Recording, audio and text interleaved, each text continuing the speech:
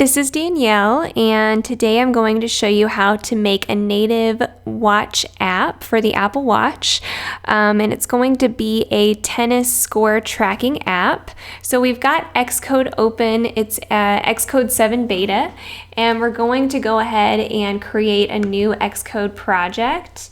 And as you can see, we're going to select iOS app with WatchKit app. Going to click next, and we're just going to name this tennis app.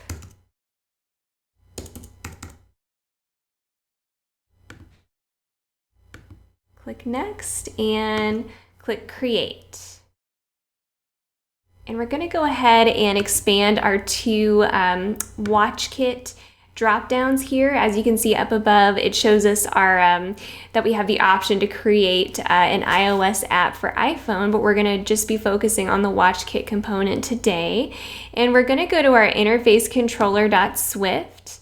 And as you can see, this goes ahead and gives us a class of interface controller of type WatchKit interface controller, which is very similar to UI view controller in iOS. And as you can also see, it's given us a few boilerplate methods to go along with the class, kind of like how in iOS, with UI view controller, you get methods like view.did.load. So for the purposes of our demo today, we're going to go ahead and delete these. And first off, I want to go ahead and make sure my code is going to be really nice and organized into groups. And there's a really cool way to do that, and it's called pragma marks. So I'm going to go ahead and create a few of those to divide my code into groups. First one is going to be scores. We'll create some space. Second one is going to be outlets.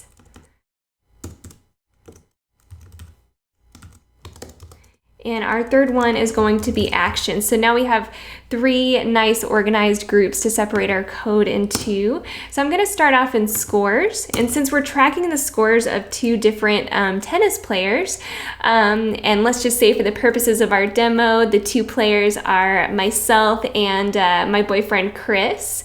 So we're going to create two separate score variables to represent each player's score.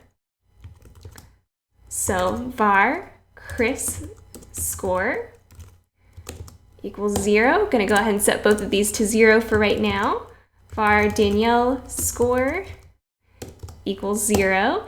And for those of you that have played tennis before, you'll know that in tennis, scores aren't just measured by 0, 1, 2, 3, 4, etc. They're measured in different increments. So we're going to go ahead and also create an array of strings. I'm going to name it score strings. And this array is going to display our possible scores. So 0, 15, 30, 40, and win.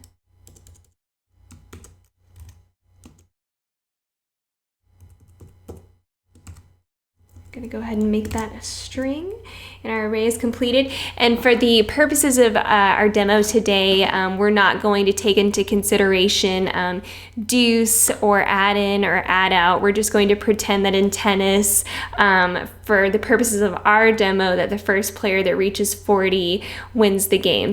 And next, I'm going to go ahead and switch over to our storyboard so that we can design the look and the layout of our app. So we're going to go under Tennis App, WatchKit App, Interface.Storyboard. And here's our interface controller. And the very first thing I'm going to do is in WatchKit, there's a really cool feature called a group. And it is basically, as you can see, a container that manages the layout of other items, such as buttons or labels. So I'm going to go ahead and drag one of these groups onto our interface controller. And as you can see, I can drag it anywhere in the interface controller, and it automatically snaps to the top left, which is really nice. You'll also notice that on WatchKit, there's no auto layout, which can also be really nice when you're just learning. So we're gonna go ahead, and in this group, we're gonna track the first player's score. So I'm gonna create 2 buttons, plus and a minus button. So I'm gonna drag my minus button into my group. Gonna go ahead and go to our attributes inspector, make this a subtract button, click enter, and this is way too wide, and what we're gonna do to fix that is we're gonna go down to the size section, and instead of width relative to container, we're gonna do size to fit content. And so we're going to drag a plus button onto our interface controller. Gonna do the same thing.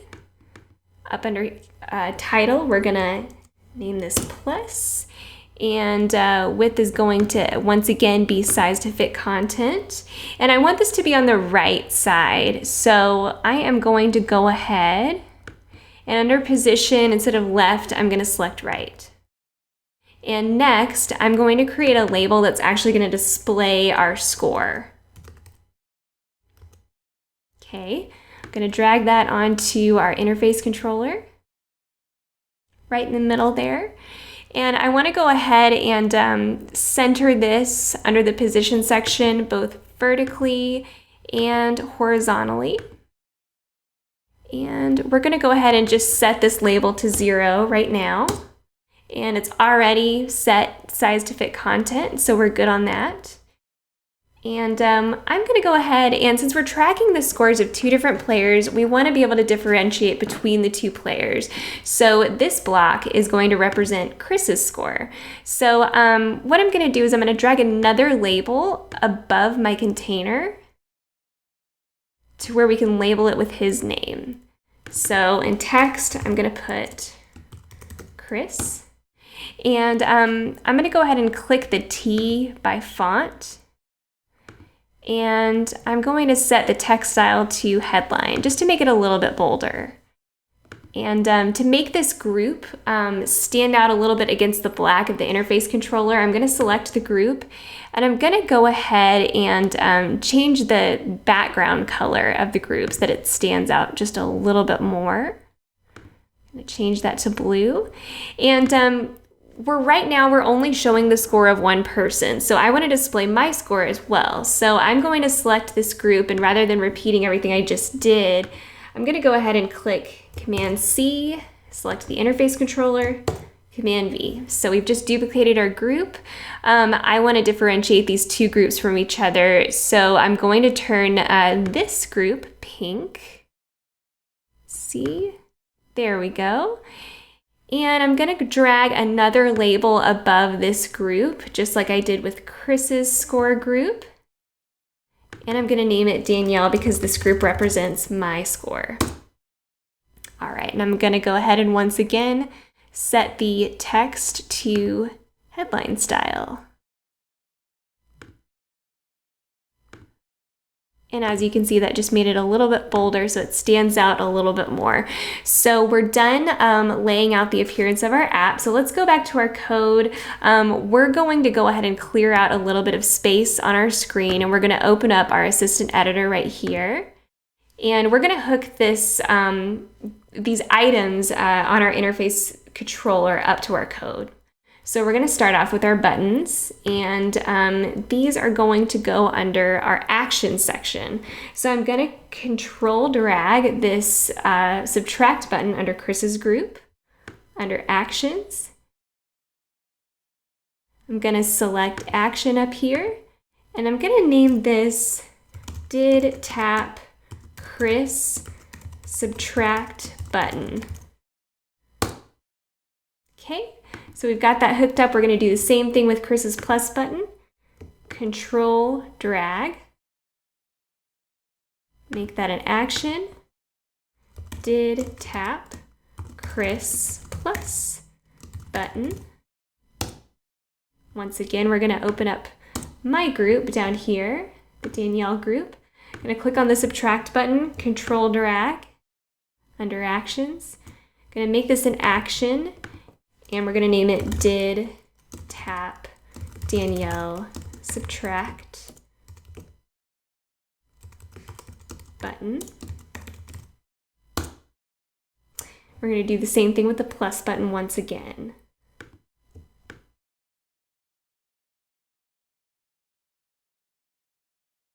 So let me go ahead and get that lined up. There we go. Make it an action. And did tap Danielle plus button. All right, so we're all done hooking up our actions. And as you can see, Xcode has given us some functions for each of these buttons. And so inside of these functions, we want to make sure that we indicate what we want these buttons to do when we click them. So under did tap Chris subtract button, we're gonna take our variable that we created above Chris score. We're gonna type that in and put minus minus so that the score goes down every time we click Chris's subtract button. Same thing with this one, Chris score plus plus. Same with my group, Danielle score minus minus so that it goes down if we click my subtract button, and same with my plus button. Danielle score plus plus. All right, now we're gonna hook up our outlets, which are our labels. So I'm gonna click on Chris's label up here on the left, and I'm gonna control drag it under our outlets section. And we're gonna leave that as an outlet, and we're going to make this just Chris score label. And I'm gonna make a little bit more space, and gonna click on my score label, and I'm gonna control drag, create an outlet called Danielle score label. All right, so we've got everything hooked up, and all we need to do now is, since our buttons and our labels are connected to our code, we just need to make sure that our labels actually update when we press our add and subtract buttons. We want them to update to show the appropriate score. So how we're going to do that is we're gonna go into our scores section here, and under each variable, we're actually going to call a really cool method that Swift has, and it's very convenient. It's called didSet, and it's basically a method that gets called every time the properties of a variable change. So in this case, the text of our labels are going to change. So I'm going to put didSet curly braces, and I'm going to click Chris score label. And I'm going to use .set text to set the text. This is really similar to .text, to the .text property in iOS, but in WatchKit, it's .set text. So we are going to go ahead and set the text to, we're going to be pulling it from our score strings array, and this is going to be at index Chris score. All right, and we're going to do the exact same thing under my variable. Add some curly braces, didSet, and another set of curly braces. We're going to make this Danielle score label.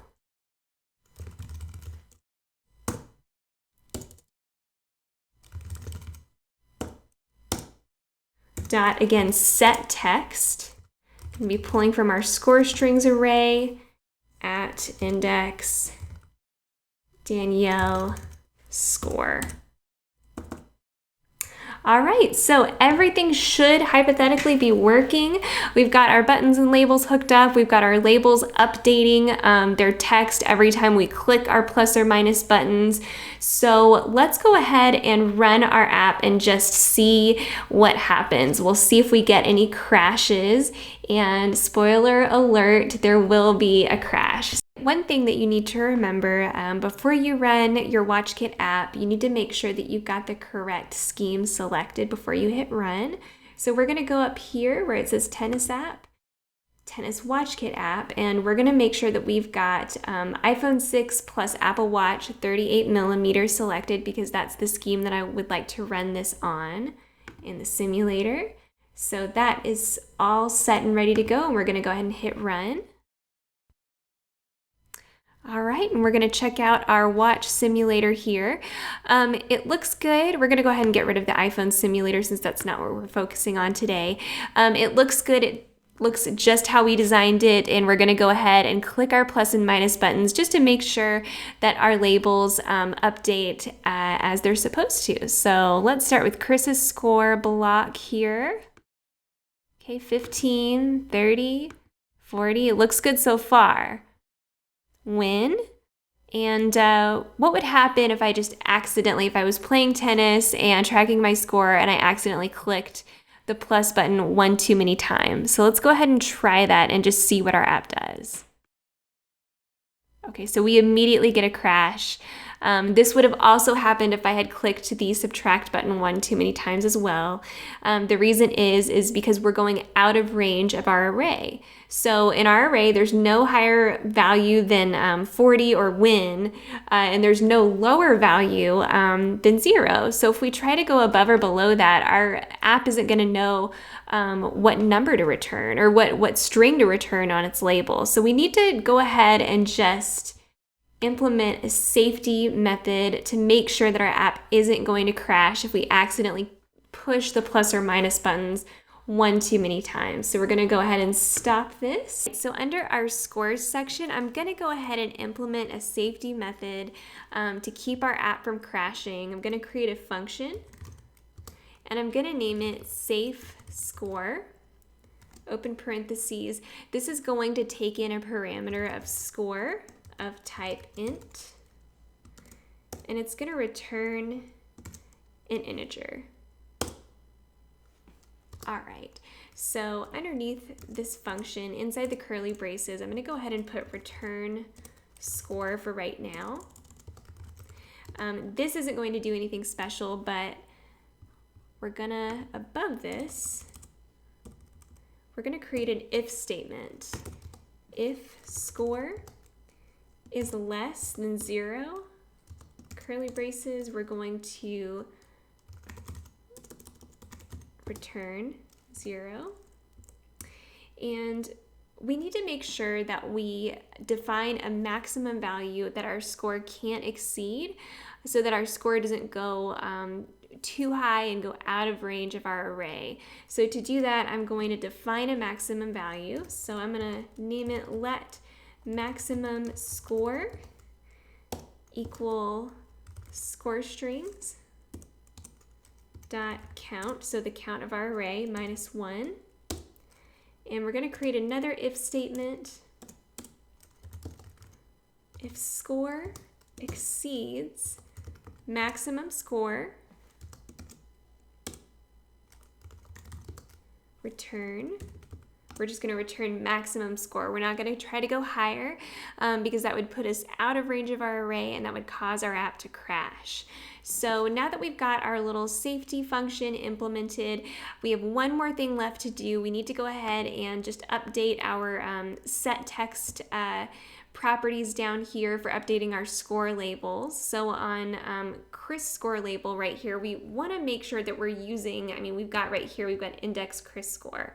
We want to make sure we're using the safe version of Chris and Danielle's scores. So I'm going to go ahead and underneath our variables inside of did set, I'm going to go ahead and redefine this variable inside of did set. So Chris score is now going to equal safe score Chris score. We're going to do the same thing underneath my score variable inside of did set. So Danielle score equals safe score Danielle score. All right, so now that when we change the label and update the text, we're going to be calling the safe version of each score, and we're not going to be going out of our range of our array, which will prevent our app from crashing. So let's go ahead and try to run the app one more time and see if we get any crashes. And let me go ahead and try to click the plus button just like I did last time and see what happens. 15, 30, 40, win. And let me try to go higher, and we'll just see if our app can handle it. All right, so it didn't crash. And let's try this in the other direction as well. 30, 15, 0, and let's try to go below 0, out of range of our array, and see what happens. Okay, so I clicked the button several times, and it looks like our safety method worked because our app didn't crash. So there you have it. That is how to build a simple native WatchKit app for tracking a tennis score.